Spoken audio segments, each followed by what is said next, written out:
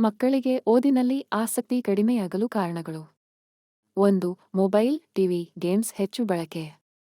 ಇವುಗಳಿಗೆ ಮನಸ್ಸು ಹೆಚ್ಚು ಹಚ್ಚಿಕೊಂಡರೆ ಓದಿಗೆ ಗಮನ ಇರೋದಿಲ್ಲ. 2. ಸರಿಯಾದ ನಿದ್ರೆ ಮಾಡದಿರುವುದು. ನಿದ್ರೆ ಕಡಿಮೆ ಇದ್ದರೆ ಮೆದುಳು ಸರಿಯಾಗಿ ಕೆಲಸ ಮಾಡೋದಿಲ್ಲ. 3. ಓದಿನ ಒತ್ತಡ ಮತ್ತು ಭಯ. ಮಾರ್ಕ್ಸ್ ಬರಲಿಲ್ಲ ಅನ್ನೋ ಭಯದಿಂದ ಓದಿಗೆ ಮನಸ್ಸೇ ಬರೋದಿಲ್ಲ. 4. ವಿಷಯ ಅರ್ಥವಾಗದೇ ಇರೋದು.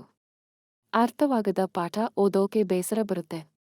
5. ತುಂಬಾ ಹೊತ್ತು ನಿರಂತರ ಓದುವುದು. ಬ್ರೇಕ್ ಇಲ್ಲದೆ ಓದಿದ್ರೆ ಮನಸ್ಸು ದಣಿಯುತ್ತದೆ. 6. ಮನೆ ಅಥವಾ ಸುತ್ತಮುತ್ತಲ ವಾತಾವರಣ ಶಾಂತವಾಗಿರದಿರುವುದು. ಶಬ್ದ, ಜಗಳ ಇದ್ದರೆ ಏಕಾಗ್ರತೆ ಇರೋದಿಲ್ಲ. 7. ಪೋಷಕರ ಅಥವಾ ಟೀಚರ್ಗಳ ಜಾಸ್ತಿ ಒತ್ತಡ.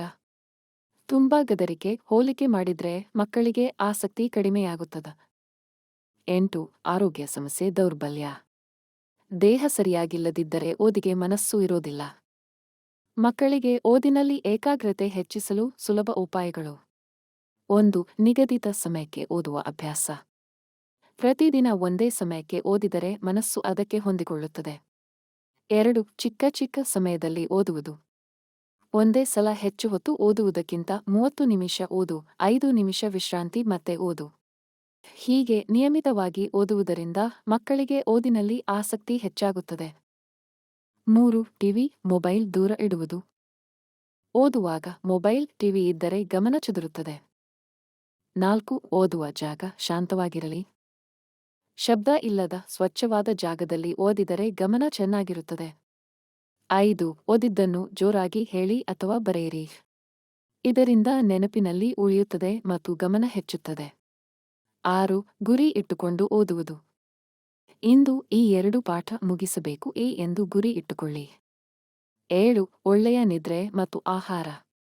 ಸರಿಯಾಗಿ ನಿದ್ರೆ ಆಗದೇ ಇದ್ದರೆ ಓದಿನಲ್ಲಿ ಮನಸ್ಸು ಇರೋದಿಲ್ಲ. 8. ಪ್ರತಿದಿನ ಸ್ವಲ್ಪ ವ್ಯಾಯಾಮ ಅಥವಾ ಆಟ. ದೇಹ ಚುರುಕಾದರೆ ಮನಸ್ಸು ಕೂಡ ಚುರುಕಾಗಿರುತ್ತದೆ.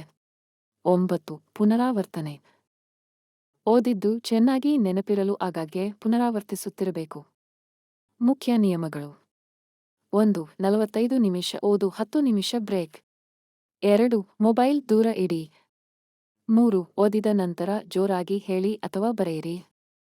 4. ಪ್ರತಿದಿನ ಸ್ವಲ್ಪ ಓದಿದರೂ ನಿಯಮಿತವಾಗಿರಲಿ. ಮಕ್ಕಳು ಓದಲು ಏಕಾಗ್ರತೆ ಹೆಚ್ಚಿಸುವಲ್ಲಿ ಪೋಷಕರ ಪಾತ್ರ. ಮಕ್ಕಳ ಭವಿಷ್ಯ ರೂಪಿಸುವಲ್ಲಿ ಪೋಷಕರ ಪಾತ್ರ ಬಹಳ ಮುಖ್ಯ. ಮಕ್ಕಳಿಗೆ ಓದಿನಲ್ಲಿ ಏಕಾಗ್ರತೆ ಬರಬೇಕು ಅಂದ್ರೆ ಪೋಷಕರ ಸಹಕಾರ ತುಂಬಾ ಅಗತ್ಯ. 1. ಮನೆಯ ವಾತಾವರಣ ಶಾಂತವಾಗಿರಲಿ. ಮನೆಯಲ್ಲಿ ಜಗಳ, ಜೋರಾದ ಶಬ್ದ ಇದ್ದರೆ ಮಕ್ಕಳಿಗೆ ಓದಿನ ಮೇಲೆ ಗಮನಿರೋದಿಲ್ಲ. 2. ಓದಲು ನಿಗದಿತ ಸಮಯ ನಿಗದಿ ಮಾಡುವುದು. ಪ್ರತಿದಿನ ಒಂದೇ ಸಮಯಕ್ಕೆ ಓದುವ ಅಭ್ಯಾಸ ಮಾಡಿಸಿದ್ರೆ ಏಕಾಗ್ರತೆ ಹೆಚ್ಚುತ್ತದೆ.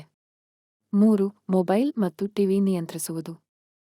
ಮಕ್ಕಳು ಓದುವ ಸಮಯದಲ್ಲಿ ಮೊಬೈಲ್, ಟಿವಿ ದೂರ ಇಡಬೇಕು. 4. ಪ್ರೀತಿ ಮತ್ತು ಪ್ರೋತ್ಸಾಹ ಕೊಡುವುದು. ಮಕ್ಕಳು ತಪ್ಪು ಮಾಡಿದಾಗ ಗದರಿಸಬಾರದು, ಧೈರ್ಯ ತುಂಬಬೇಕು. 5. ಮಕ್ಕಳನ್ನು ಹೋಲಿಕೆ ಮಾಡದೇ ಇರುವುದು. ಅವನು ಚೆನ್ನಾಗಿ ಓದುತ್ತಾನೆ ಅಂತ ಹೋಲಿಸಿದ್ರೆ ಮಗುವಿಗೆ ಬೇಸರ ಮತ್ತು ಭಯ ಬರುತ್ತದೆ. 6. ಪಾಠ ಅರ್ಥವಾಗುತ್ತಿದೆಯಾ ಎಂದು ಕೇಳುವುದು. ಅರ್ಥವಾಗದೇ ಇದ್ದರೆ ಸಹಾಯ ಮಾಡಬೇಕು ಅಥವಾ ಟೀಚರ್ ಬಳಿ ಕೇಳಿಸಬೇಕು. 7. ಓದಿನ ಜೊತೆಗೆ ಆಟ ಮತ್ತು ವಿಶ್ರಾಂತಿ ಕೊಡಬೇಕು. ಆಟ, ವಿಶ್ರಾಂತಿ ಇಲ್ಲದೆ ಓದಿಸಿದ್ರೆ ಮನಸ್ಸು ದಣಿಯುತ್ತದೆ. 8. ಒಳ್ಳೆಯ ಅಭ್ಯಾಸಗಳಿಗೆ ಮಾದರಿ ಆಗಬೇಕು. ಪೋಷಕರೇ ಪುಸ್ತಕ ಓದಿದ್ರೆ ಮಕ್ಕಳು ಕೂಡ ಅದನ್ನು ಅನುಸರಿಸುತ್ತಾರೆ. ಕೊನೆಯ ಮಾತು. ಪೋಷಕರು ಒತ್ತಡ ಅಲ್ಲ, ಪ್ರೀತಿ ಮತ್ತು ಬೆಂಬಲ ಕೊಟ್ಟರೆ ಮಕ್ಕಳು ಖಂಡಿತ ಮನಸ್ಸಿಟ್ಟು ಓದುತ್ತಾರೆ.